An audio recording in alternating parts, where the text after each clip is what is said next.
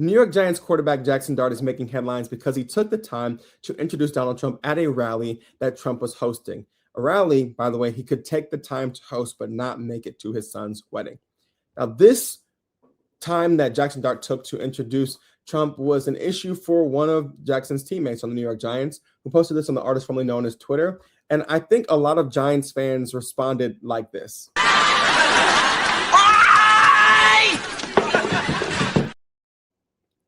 Now, although Abdul Carter has taken the time to clarify that him and Jaxson Dart have spoken and that they're all good, he goes on to say, y'all can keep y'all's narratives, as if we didn't build these narratives because you decided to post in the first place. Despite the fact that that happened, it's important to recognize that the very nature of Jaxson Dart doing this creates a distraction for the locker room, in part because politics in 2026 are just that divisive, but also in part because Donald Trump is the most divisive president in modern history. The idea of supporting him comes with a set of thoughts that people might have about someone. And it's one thing to support him in private because at times you can get away with that with people not really knowing what's happening, even if you post a picture here and there. But taking the time to show up to a rally and introduce him shows a level of public support that can make it really uncomfortable in an NFL locker room. The NFL, by the way, which is majority black, and let's be clear about it, Donald Trump is a racist. He just is. The things that he says, the things that he's done, the thing that he continues to do show that he is racist, has been racist, and will continue to be racist.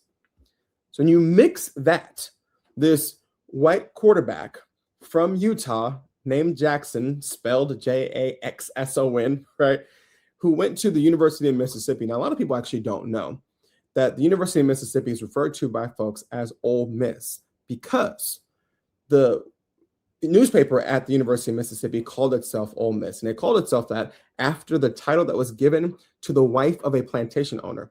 Ole Miss is what the slaves would refer to the wife of the plantation owner as. And so the university's paper started calling itself Ole Miss, and the university adopted the moniker. They're the Ole Miss Rebels. Obviously, the rebels are the rebel soldiers who fought against the North, who seceded, the Confederate States of America's soldiers. Lane Kiffin, who recently left Ole Miss to go to LSU, stated that the history of racism, specifically at the University of Mississippi, made it difficult for him to recruit players. So you have this quarterback supporting this president, who's been also willingly connected to this university, and adds these layers and creates distractions in the locker room. I think the idea of distraction is fascinating because there was another quarterback in Jaxson Dart's draft class who was considered to be potentially a distraction for a team. Obviously, you all know I'm talking about Shedeur Sanders, who fell to the 5th round, even though he was widely considered to be the 2nd or 3rd best quarterback in his draft, and could have gone where Jaxson Dart went in the draft to the New York Giants. But of course, he did not. He fell to the 5th round and went to the Cleveland Browns. And what we saw during the season was that Shedeur Sanders was not a distraction in the locker room. Yes, he came with the media circus. He's Deion's son. He was punished by the NFL, it seems. I call it a humiliation ritual, getting sent all the way down to the 5th round. But he's seen as so arrogant because of the chains that he wears or because of the confidence that he has, the way he speaks about his game.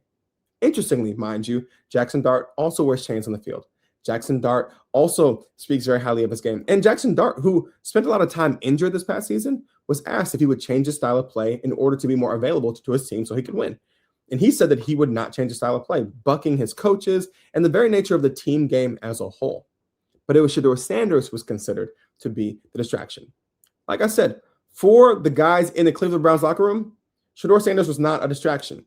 There was a media element to it, but it was not an internal distraction. This type of public-facing endorsement and connection that Jaxson Dart is doing can create an internal distraction, create a situation where you are supporting a deeply unpopular president, a racist president, while the majority of your teammates are black. You use black vernacular English, you cosplay as black, you put on blackness all the time while supporting someone that deeply racist. And that type of distraction in the locker room can be a major problem. Like I said, media is one thing, but when distractions happen in a locker room is a very vicarious place. It is very, very fragile. It can be fractured really easily because you have all these personalities coming into one space. You take any NFL locker room, but then you add the realities of what is happening here. You add that to a team full of developmental players who are hoping to take the next step with a brand new coach, a second-year quarterback, right? A swagged out running back who also won't be able to stay healthy because of the way that he plays.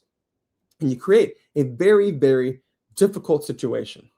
It seems to me, at the very least, that what is happening in New York with the Giants, with Jaxson Dart specifically, and the choices he's choosing to make will have more of an impact on his team than anything that Shedeur Sanders has said or done in the entire time he's been in the league. Maybe, just maybe, Jaxson Dart has become the distraction that everyone is afraid or was afraid that Shedeur Sanders would be. And ultimately, we'll see what happens with this season, but I'm interested to see if these types of decisions, and I don't care about the fact that Abdul Carter and him worked it out. Like, of course they did. I'm sure the Giants front office called Abdul Carter and was like, yo, fix it. But despite that, what you're seeing outwardly is what will be an internal rift. In a city, mind you, that is very, very blue, right? A fan base of people who vote blue. Go big blue, right? And that fan base and that group of people, will they continue to support a quarterback on a team that will struggle when this type of distraction has showed up? Thanks for coming to my TED Talk.